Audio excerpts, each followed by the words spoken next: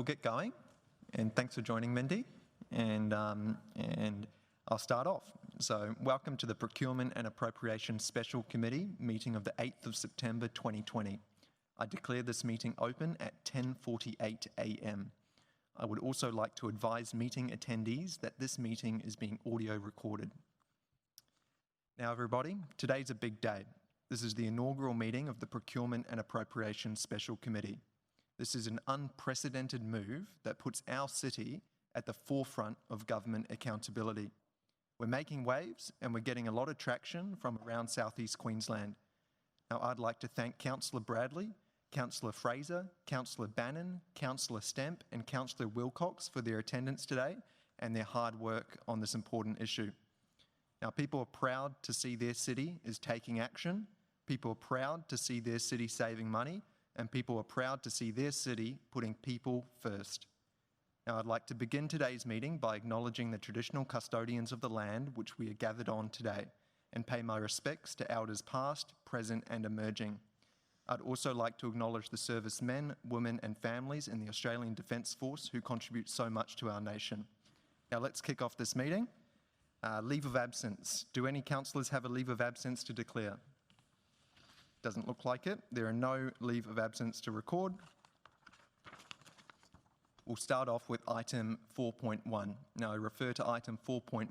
Can the Administration Manager, Ms. Sullivan, please enter the discussions? Before we open discussion on this item, do any councillors have a conflict of interest to declare?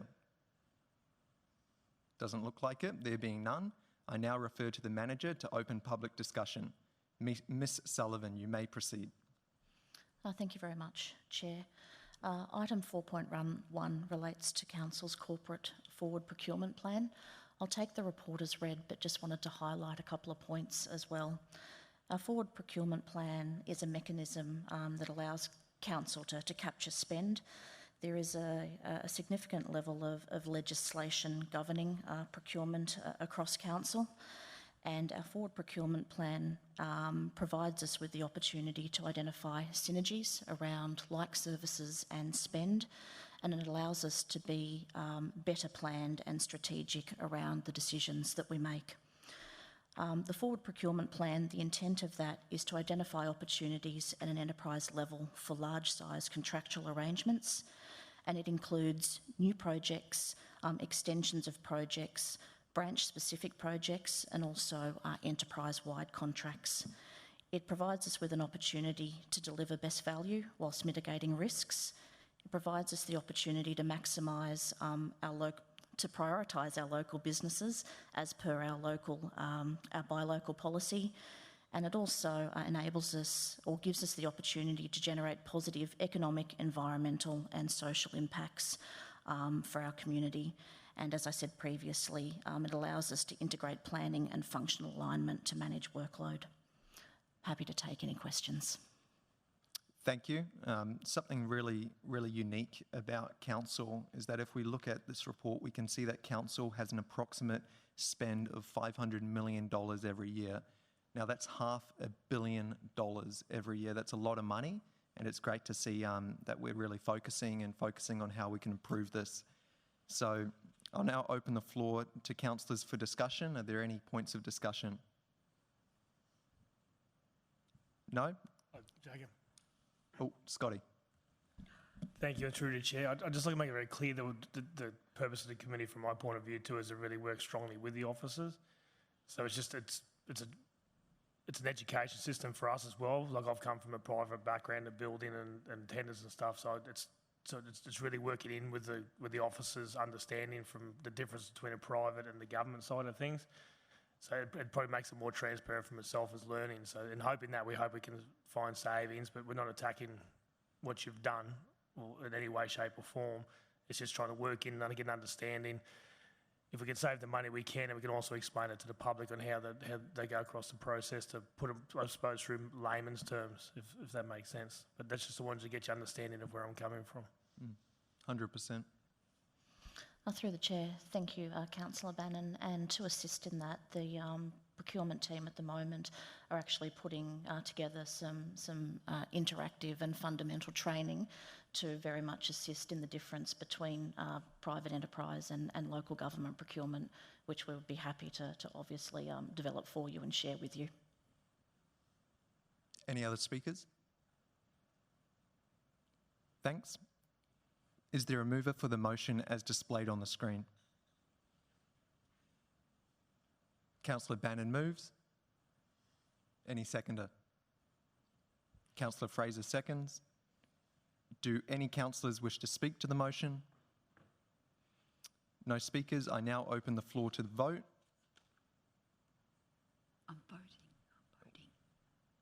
No, so this is voting.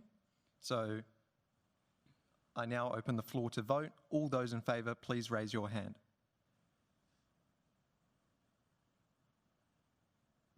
Is that unanimous?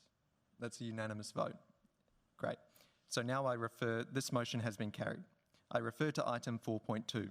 Before we open discussion on this item, do any councillors have a conflict of interest to declare? No conflicts of interest. I now refer to the manager to open public discussion. Ms Sullivan, you may proceed. Thank you, Chair. Item 4.2 relates to a current project being run through Admin Branch, which is the Procurement Model Review. I'll take the report as read, but would like to highlight the following points. I think it's fair to say that procurement is a significant lever or driver that Council has to deliver value for the organisation and the community. And when I started with Council in January 2019, I did undertake a review of the procurement program, and there were a number of continuous improvement opportunities that had been identified. These continuous opportunities form the basis of those 7 areas of the report.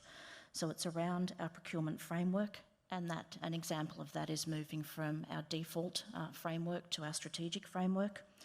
Our procurement delivery model, and that looks at options whether we have a centralised, decentralised, hub and spoke, centre of excellence type model. Our procurement structure, which is around how we position our people. Do we have relationship managers or category managers is an example of that. Our procurement skills, capability and resourcing have been assessed. Working very much with ICT Directorate around innovation in procurement.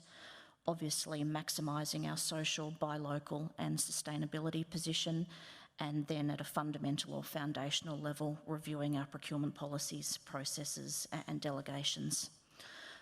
Stage 1 of that report is currently being prepared, and as you would see in the report, there are a number of benefits which have been identified.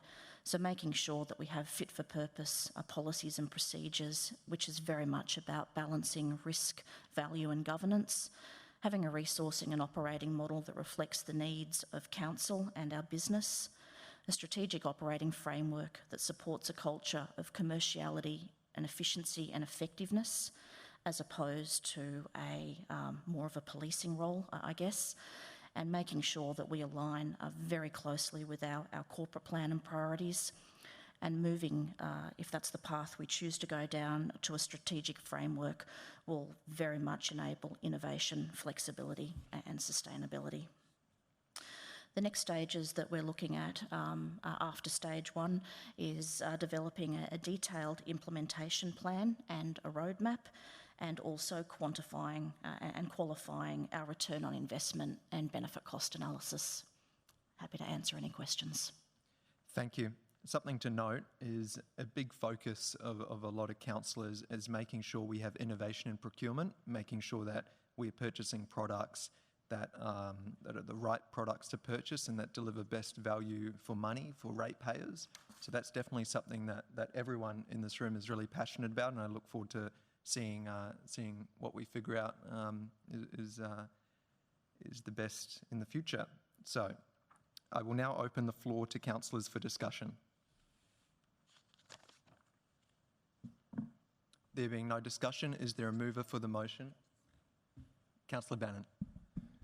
Thank you, through the Chair. The point 6 to the social buy local, and this is aiming at getting more local procurement, and is that what we're aiming to do? Because I think was it 20% last year? Through the Chair, you're correct, Councillor, and with the work that we've done around our spend analysis and a focus on our recent contracts, we've been able to already improve that significantly. And what I would like to propose as well is that to our next committee meeting here, we bring a presentation on our Think Local by Logan initiative that we've got going at the moment. Sensational. Councillor Wilcox. Thank you. Through the chair, just on that, could we be advised at the next committee the amount of Logan companies versus other companies used to tender, deliver projects and that sort of thing in Logan City? Through the chair, absolutely. We've just completed a spend analysis which looks at all of our suppliers, so we'll have that information for you. Terrific.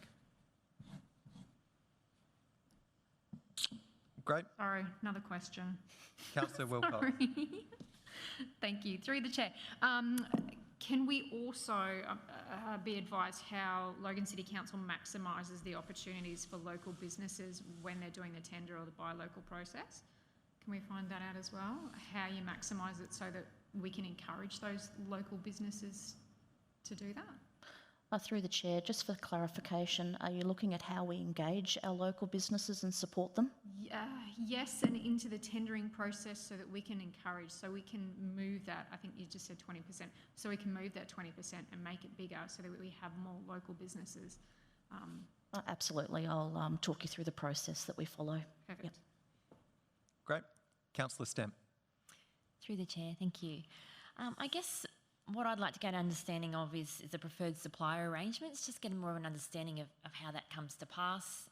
Obviously, get access to the list, just to get an understanding of how that all comes together and how someone actually becomes a preferred supplier, please. Through the chair, councillor, I'm happy to include that in the procurement training, or I can come in and speak to you about that as well. Thank you. Councillor Bradley. Yeah, could I please also be briefed? There's a report coming up tomorrow which I have a bit of concern about, so I just want to get an understanding of how it all works. Through the chair, certainly, councillor. Councillor Wilcox. Sorry, I'm not sure if I should ask this one here, but can we be advised of the average price per square metre of what it is to construct a footpath in Logan City? Through the chair, I will go back through our infrastructure delivery team and see if we can get that information.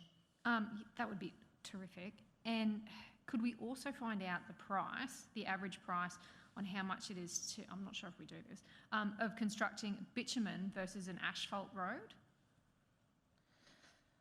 I will ask the same question. I guess the only caveats I'd put around that is your environmental or where you're developing it or delivering it will have a huge impact on the cost. So I'd say there's going to be quite a large tolerance associated with that. That'd be great. Thank you.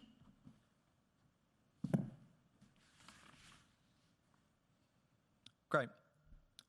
Is there a mover for the motion as displayed on the screen?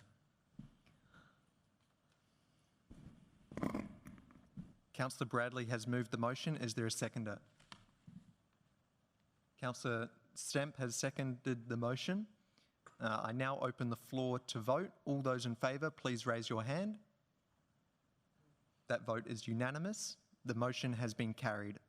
That marks the end of the administration manager's reports.